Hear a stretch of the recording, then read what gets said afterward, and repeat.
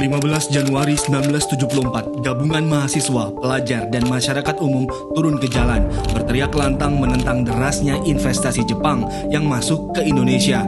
Aksi ini menjadi gong pertama dari serangkaian kritik yang ditujukan untuk pemerintah sejak awal tahun 1970, seperti penolakan pembangunan Taman Mini Indonesia Indah di tengah kondisi ekonomi yang terpuruk, tingginya kasus korupsi, pengiriman ribuan tahanan politik ke Pulau Buru tanpa pengadilan, dan derasnya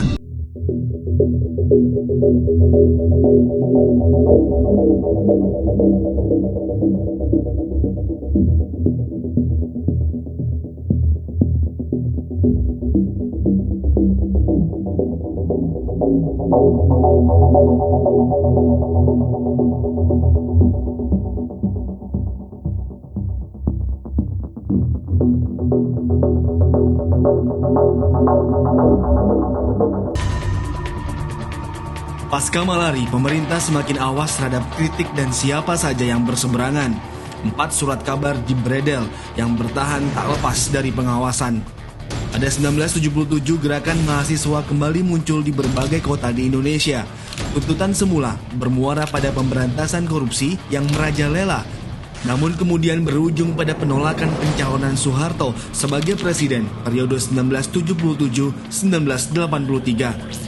Aksi ini diganjar penertiban dan pelarangan unjuk rasa dalam bentuk apapun oleh aparat.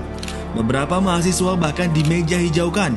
Puncaknya adalah penerapan aturan normalisasi kehidupan kampus yang mengebiri kehidupan politik mahasiswa. Praktis, suara mahasiswa dibungkam. Kompas mencatat sejak awal 1980-an, pemerintah mulai gencar menegaskan Pancasila sebagai asas tunggal dari semua sendi kehidupan masyarakat Indonesia. Semua organisasi wajib berasaskan Pancasila, tidak boleh yang lain. Siapapun yang tidak sejalan dengan rezim Orde Baru dan melontarkan kritik pada pemerintah, maka layak dituduh sebagai anti-Pancasila.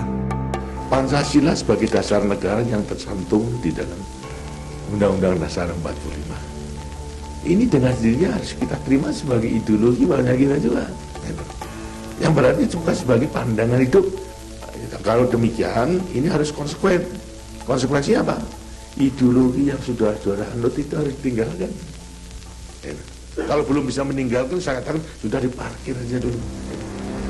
Pada 5 Mei 1980, 50 tokoh nasional yang terdiri dari negarawan, politisi, akademisi, hingga pejabat tinggi ABRI seperti Muhammad Nasir, M. Yasin, Abdul Haris Nasution, Hugeng Imam Santoso, Syarifuddin Prawira Negara, hingga Ali Sadikin menandatangani surat protes untuk pemerintah.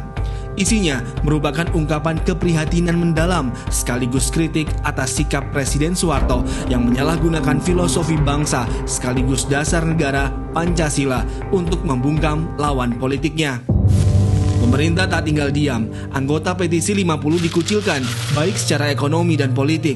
Gerak-geriknya diawasi, sebagian besar mendapatkan pencekalan untuk keluar negeri. Ya kan, jadi dicekal aja gitu, maksudnya jadi sulit kan, kita keluar masuk tiap hari di depan ada intel gitu, banyak sekali. Sempat lagi lebaran kita keluar pun gitu, jadi intelnya udah nongkrong depan pintu ya. Terus Pak Ali kan tahu sendiri orangnya, berhenti lah di depan mobil, dipanggil tuh itu intelnya masuk gitu, nggak ada yang berani masuk. Akhirnya ngutus 2 orang. Nah di situ lucu, intelnya cerita, Pak bukan saya aja, kalau saya meniat baik Bapak, kan yang jaga Bapak tuh ada juga intel dari mana dia yang beritahu gitu. Ya mungkin karena nama saya ada Sadikinnya atau Adi Sadikin, jadi mereka kadang-kadang suka ngambil jarak gitu. Kalau saya misalnya ada urusan sesuatu, terus kalau tahu misalnya saya anaknya Pak Ali Sadikin, ya mereka jadi agak berubah kayak gitu. Yang dialami kakak saya waktu itu kan dia mau bisnis usaha apa, terus minjem istilahnya kredit usaha ya. Setelah tahu ini anaknya Ali Sadikin ya nggak diberikan kayak gitu. Ali Sadikin hanya satu dari 50 orang yang mendapat pencekalan dan diskriminasi semasa Orde Baru.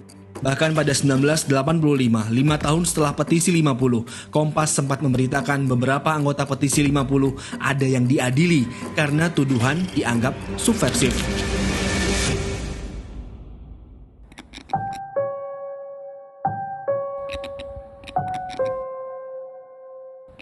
Pasca petisi 50, mereka-mereka yang berseberangan dengan pemerintah atau kelompok yang dianggap mengancam stabilitas nasional mengalami penghilangan paksa yang berujung pada penghilangan nyawa.